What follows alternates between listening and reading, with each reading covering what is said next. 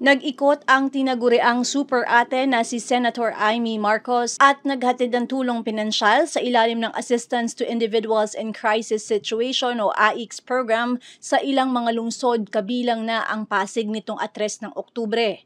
Kasama sina Congressman Roman Romulo at ilang mga konsehal, tinatayang 2,000 estudyante ng pamantasan ng lungsod ng Pasig ang nakatanggap ng tig 5,000 piso. Tingin ng senadora, higit na kailangan ng mga estudyante ang ganitong klase ng suporta. Marami nagsasabi bakit pinag-aaksayan ko ng panahon ang pamantasan na napakaliit. Kasi 4,000 lang ang estudyante dito. Kung ihahambing sa hundreds of thousands sa ibang mga SUC, ang layo. Pero sa tingin ko, ang maliliit na eskwelahan, lalong-lalo na yung LGU effort, katulad nito, wala nang pagkukunan kasi ng suporta, kundi yung paminsan-minsan na katulad ko, nakakapansin na teka muna, mahihirap yung mga pumupunta rito at mahirap rin ang LGU na nagsusuporta. Kaya eto nga, sana makatulong kahit papano yung 10 million pagkahati-hati sa 2,000 estudyante, tiga 5,000 piso. Ayun, sana makatulong kahit paano. Kasi kahit sabihin na libre ang edukasyon, ang realidad, ang mahal ng pamasahe, pagkain, damit, lahat-lahat. Alam natin, naghihirap ang ating mga magulang. At pati yung eskwelahan, kulang ang ventilador. Kanina, pawis na pawis kami, lipat kami ng lipat ng upuan. Tapos kulang ng mga IT equipment, kulang lahat. Kaya magtulungan tayo. Mainit ang pagtanggap ng mga opisyalis ng lungsod sa pagdating ng Super Ate at ipinagpasalamat ang ibinabang tulong para sa mga mag-aaral ng PLP. Senator Amy, napakalaking bagay po ng pagpunta po ninyo dito. Lalo-lalo na po yung pagbibigay po ninyo ng tulong sa ating mga mag-aaral dito sa PLP.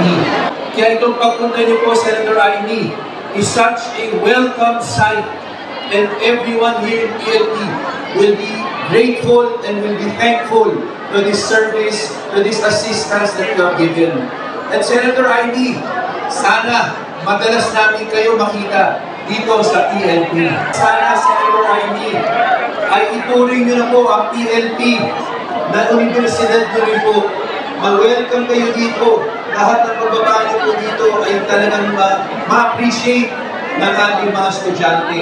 Kaya muli po, from the government of the City of Pasig, maraming salamat, Senator Amy. Sana po, mas marami pa katulad po ninyo na tumutulong po sa talagang nangangailangan. Mabuhay po kayo, Senator Amy. Nagpapasalamat tayo sa office ni Senator Marcos at syempre sa DSWD. Malaking tulong po to. It's about 5,000 pesos for 2,000 students. So itong makukuha ng students, sana magamit nila sa education nila at syempre yung iba hindi rin naman maiwasan, pangtulong na rin sa family nila. Kaya congratulations po at ulit maraming salamat Senator Amy Marcos at sa DSWD. More power po. Laking tulong nito lalo na sa ating mga students, no? Imagine 5,000 pesos, sobrang laking matutulong nito sa kanilang pag-aaral. Kaya we're happy na binabaan tayo ng programang ganito. Kaya congratulations PLP students. Dito sa atin sa Pasig, lahat po ng gustong tumulong, amin pong pinasasalamatan. Maraming salamat po, Senadora Amy Marcos. Dahil po sa inyong tulong, lalo-lalo na sa mga estudyante namin, ang educational assistance niyo will go a very long way. Siyempre, alam naman po natin ang karakter ng estudyante dito sa pamantasan ng lungsod ng Pasig.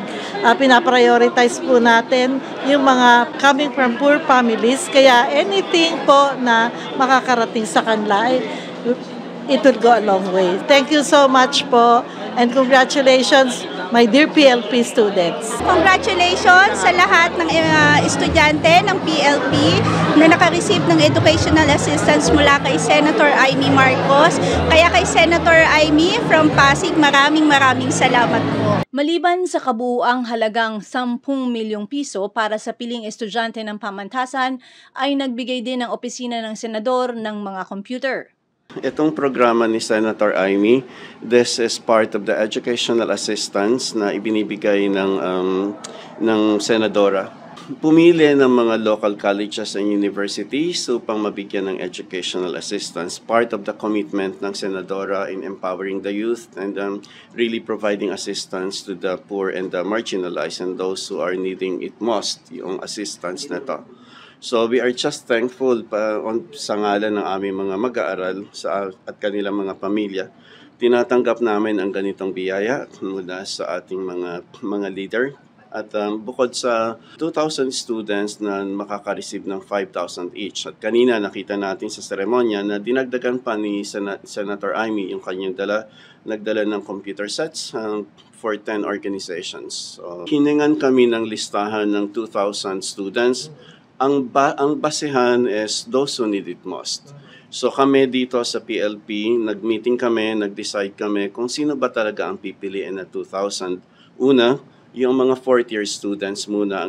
Lahat naman, generally, kailangan ng tulong ng lahat ng estudyante dito. So, sa anggulong yon halos pantay-pantay sila eh. Pero minarapat namin una ang fourth year kasi graduating sila eh. At sila ay nasa OJT, nasa internship, nasa practicum. So, nangangailangan sila ng extra money, extra allowance. Second priority namin, yung third-year students namin. Kasi ang third year, nasa thesis writing, feasibility study, mga capstone project. At alam niyo naman, nangangailangan din to ng extra money. And then the remaining slots, ibinahagi namin doon sa first year and second year students.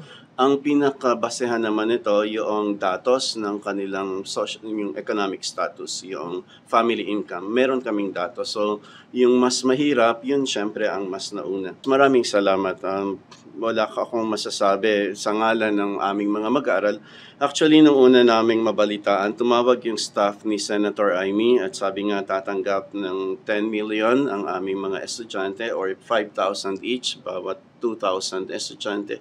Ang una kong naramdaman, kilabot, goosebumps, kasi I imagine the faces of our students and the idea that they will be receiving 5,000 pesos in one day. So malaking bagay yon para sa aming mga mag-aaral. So parang goosebumps for me. And para siyang bumagsak na lang mula sa langit. Kasi di naman inasahan eh. Pag bigla na lang may tumawag, may sulat, beneficiary ang PLP. So taos-pusong pasasalamat sa pagbibigay ng assistance nito sa ngalan ng aming mga mag-aaral. Lagi naman ganun para sa mag-aaral, para sa bayan. Sa PLP students, hindi nagkukulang ating lokal na pamahalaan sa pagbibigay ng tulong sa atin o sa inyo. At ngayon may dumating mula sa isang national leader.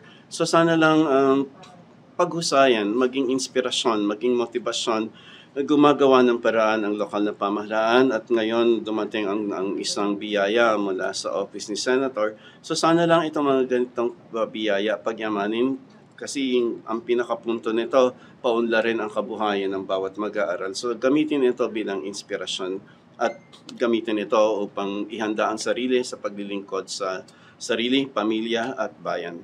Kaya sabi natin dito, edukasyon para sa sarili, pamilya at bayan. Ito pong programa nito ay kinalulugod namin mga estudyante at mga kapwa ko estudyante dito sa PLP dahil malaking tulong po ito sa amin, lalo na sa aming pag-aaral at yung mga desktop po at educational assistance na natanggap namin ngayon ay magagamit pa po namin sa mga susunod na taon. Ito po ay mga gamit na hindi po siya tatagal at tatatak, pero kailangan po namin itong pangalagaan. At the same time, yung pera po na matatanggap namin as educational assistance, kailangan po ito ay paglaanan sa aming pag-aaral. Ngayon po, mensahe po kay Senator Amy Marcos, maraming salamat po sa ganitong programa. Ito po ay sobrang malaking tulong sa amin, lalo na po sa aming mga estudyante na kahit wala man po kaming binabayaran na tuition fee, pero may mga sarili-sarili pa rin po kaming expenses sa aming mga courses.